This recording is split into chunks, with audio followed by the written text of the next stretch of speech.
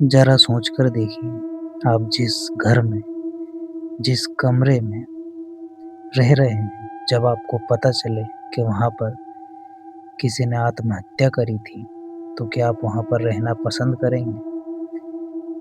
क्या आप वहाँ पर रहना पसंद करेंगे, जब आपको पता चले कि जिसने अपनी जान यहाँ पर दी थी, वो अब इस दुनिया को छोड़कर नहीं गया है, वो यहीं है, यहीं कहीं आस-पास, तो आप क्या रहना पसंद करेंगे? कमेंट में ज़रूर बताइएगा। आज की स्टोरी राहुल नाम के एक लड़के की है और ये स्टोरी मैं उसी की ज़बानी आप लोगों को सुनाने जा रहा हूँ। तो स्टार्ट करते हैं। मेरा नाम राहुल है। मैं और मेरा एक दोस्त सुमित, हम दोनों कॉलेज के कारण एक पीजी लेना चाहते थे, लेकिन हम लेट हो चुके थे एडमिशन लेने में, इसलिए हमको पीजी मिलता नहीं है। तो हम दोनों साथ मिलकर एक रेंट पर रूम लेने का डिसाइड करते हैं, ताकि हम वहीं से अपना कॉलेज और अपनी पढ़ाई कंटिन्यू कर सकें। खैर हम लोगों का बजट काफ़ी कम था, क्योंकि हम एक एवरेज फैमिली से आते थे। तो हम दोनों काफ़ी ढूँढते हैं और काफ़ी ढूँढने के बाद में हमको एक रूम मिल भी जाता है, जो कि सस्ता था और हमारे बजट में था।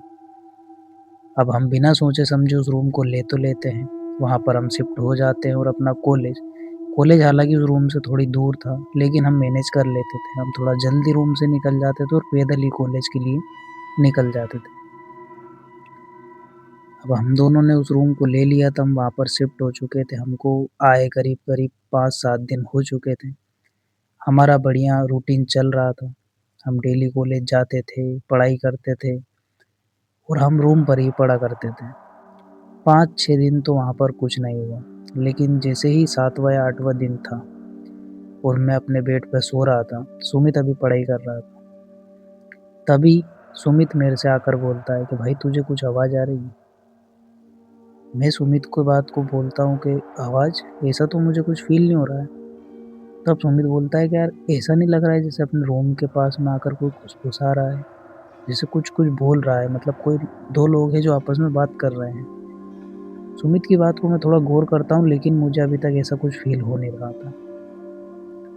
ख़ैर मैं उसको बोलता हूँ कि तेरा दिमाग ज़्यादा चल रहा है, तू ज़्यादा पढ़ाई का स्ट्रेस ले रहा है, तू सो जा, अपन बाद में पढ़ाई कर लेंगे, अभी लोड मत ले इस चीज़ का। सुमित भी मेरी बात मानकर मेरे पास में आकर सो जाता है, लेकिन शायद सुमित को नींद नहीं आ रही थी। मुझे ऐसा अभी तक कुछ फ़ील नहीं हो रहा था, इसलिए मैं इन बातों को इग्नोर करता हूँ और मैं सो जाता हूँ।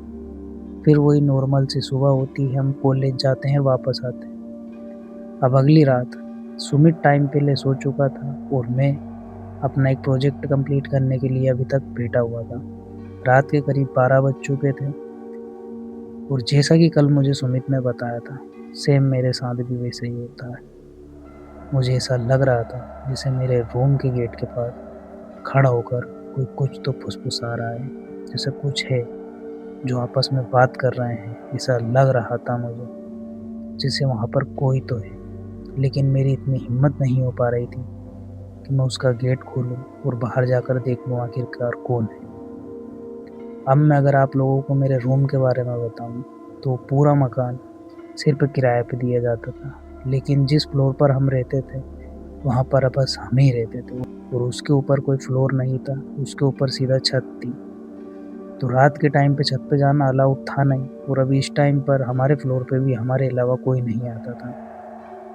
तो वहाँ पर ऐसा किसी का आने का मुझे अंदेशा नहीं था। मुझे कुछ ना कुछ तो लग रहा था जैसे कि कुछ यहाँ पर अच्छा नहीं है, लेकिन मैं इस चीज़ को इग्नोर करता हूँ। मैंने कि बाहर कर रहा है, जो भी करना है, ये कोई लड़का होगा नीचे का जो आया होगा, अपनी गर्लफ्रेंड वगैरह से बात कर रहा होगा, कुछ होगा। तो मैं वहाँ पे इग्नोर करके अपना सोने चला जाता हूँ।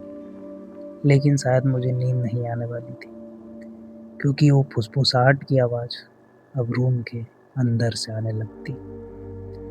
मैं सुमित को जगाने की कोशिश करता हूँ, लेकिन फिर सोचता हूँ कि अगर मैं इसे जगा दूँगा तो ये और ज़्यादा डर जाएगा, क्योंकि ये कल से बहुत डरा हुआ था। खैर मैं सोने की कोशिश करता हूँ अपना कंबल लिए, सोने की कि जैसे-तैसे कोशिश करता हूँ, लेकिन वो आवाज़ धीरे-धीरे तेज़ होने लगती है।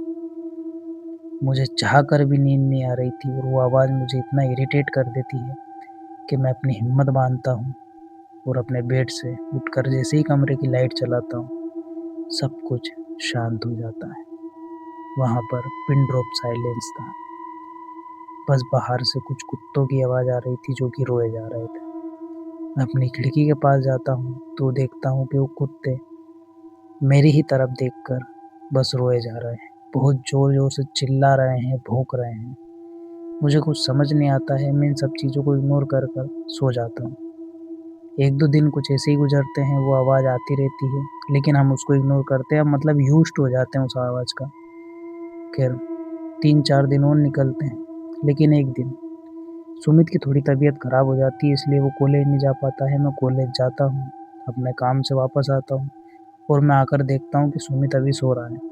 मैं सुमित को उठाता हूँ, उसको वो टैबलेट वगैरह देता हूँ और उससे बोलता हूँ खाना वगैरह खा ले, क्योंकि मैंने आकर खाना बना लिया था। लेकिन उस दिन सबसे अजीब चीज़ जो हुई थी कि सुमित ने पूरा खाना खा लिया था। मतलब कि मैंने खाना हम दोनों के लिए बनाया था, लेकिन उसे सुमित पूरा खा गया। मैंने उसे इग्नोर किया, मैंने सोचा कि शायद इसकी तबीयत ठीक नहीं है इसलिए ज़्यादा खाना खा गया है। लेकिन उस दिन से सुमित का बिहेवियर पूरा चेंज हो चुका था, क्योंकि सुमित हद से ज़्यादा खाने लग गया था। खाना हद से ज़्यादा खाने के बावजूद उसका वज़न दिन-ब-दिन गिरता जा रहा था। मैं सुमित को डॉक्टर के पास लेके जाता हूँ, उसका चेकअप वगैरह करवाता हूँ, लेकिन सारी रिपोर्ट्स नॉर्मल आती हैं। सुमित की तबीयत दिन-ब-दिन बिगड़ती जा रही थी। उसकी आँखों के नीचे डार्क सर्कल्स आने लगे थे और रूम में एक्टिविटी बढ़ती जा रही थी। मैं जैसे ही सोने की कोशिश करता हूँ, छत के ऊपर से किसी की चलने की आवाज़ आती है। रूम में किसी की रोने की, किसी की फुसफुसाने की, किसी की हँसने की आवाज़ दिन-ब-दिन बढ़ती जा रही थी। मैं इन सब चीज़ों से पूरा परेशान हो चुका था और मैं सुमित के घरवालों को उसकी सारी कंडीशन बता देता हूँ। सुमित के घरवाले आते हैं और सुमित को वहाँ से लेकर चले जाते हैं। उसके बाद सुमित के साथ क्या हुआ मुझे ज़्यादा कुछ पता नहीं है, क्योंकि मेरी बस उससे 1-2 बार बात हुई थी। उसके बाद सुमित ने मुझसे बात नहीं की। ना उसका मेरे पास कॉल आता था, ना उसका घरवालों का कुछ कॉन्टैक्ट था मेरे पास। मतलब वो भी मेरे पास कॉल वगैरह नहीं करते थे। लेकिन सुमित के जाने के बाद में एक जो चीज़ मैंने नोटिस की थी कि रूम की जो एक्टिविटीज़ थी, वो सारी बंद हो चुकी थी। ना मुझे किसी की फुसफुसाने की आवाज़ आती थी, ना मुझे किसी की चलने की आवाज़ आती थी, ना छत पर भगदड़ की आवाज़ आती थी। सब कुछ शांत हो चुका था। खैर कुछ दिनों बाद सुमित वापस आ जाता है। उसकी तबीयत में बहुत सुधार हो चुका था। सुमित आता है अपने, जो कि कॉलेज में उसका काम पीछे रह चुका था, क्योंकि वो काफ़ी दिनों से कॉलेज नहीं जा पाया था। तो मैं उसको अपनी कॉपीज़ वगैरह देता हूँ और उसका वर्क करवाने में मैं उसकी मदद करता हूँ। 2-3 दिन हमारे कुछ अच्छे गुज़रते हैं, लेकिन जो सारी एक्टिविटीज़ बंद हुई थी, अब वो और भी ज़्यादा बढ़ चुकी थी। अब रूम में फुसफुसाने की नहीं, बल्कि खटखटाने की आवाज़ आने लग गई थी। रात के करीब 12 बजे के बाद हमारे गेट पर नॉकिंग की साउंड आती थी। मैं इतना डर जाता था कि मैं उस गेट को नहीं खोलता था और सुमित तो ऐसे सोता था जैसे मानो कि वो वहाँ पर अभी है ही नहीं। सुमित का बिहेवियर भी 2-3 दिनों में ही चेंज होने लग गया था। वो अब गुमसुम रहने लगा था और एक दिन जब मैं सो रहा था, तब मैं देखता हूँ कि मेरे रूम से कुछ सामान गिरने की आवाज़ मुझे आई है। मैं जैसे ही उठकर देखता हूँ, तो देखता हूँ सुमित पागलों की तरह कुछ चीज़ें ढूँढ रहा है।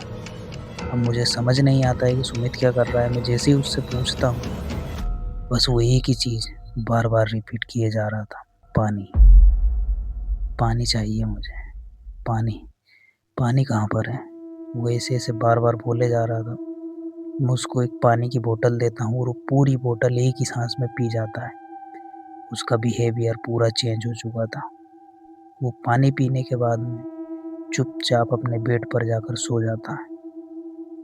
थोड़ी देर बाद मुझे कुछ घिसटने की आवाज़ आती है। मैं जैसे ही उठता हूँ, मैं सुमित की तरफ देखता हूँ। सुमित अपने बेड पर नहीं था। मैं लाइट मैं कमरे की लाइट चलाता हूँ और जो देखता हूँ, वो मैं आज तक नहीं भूल पाया। मेरे रोंगटे खड़े हो चुके थे। क्योंकि सुमित दीवार पर एक छिपकली की तरह चल रहा था। उसको देखकर मैं इतना घबरा जाता हूँ कि मैं ज़ोर से चिल्लाता हूँ और अपने रूम का गेट खोलकर बाहर भाग जाता हूँ। मैं नीचे के फ्लोर पे लोगों का दरवाज़ा पीटने लगता हूँ, मैं गिड़गिड़ाने लगता हूँ।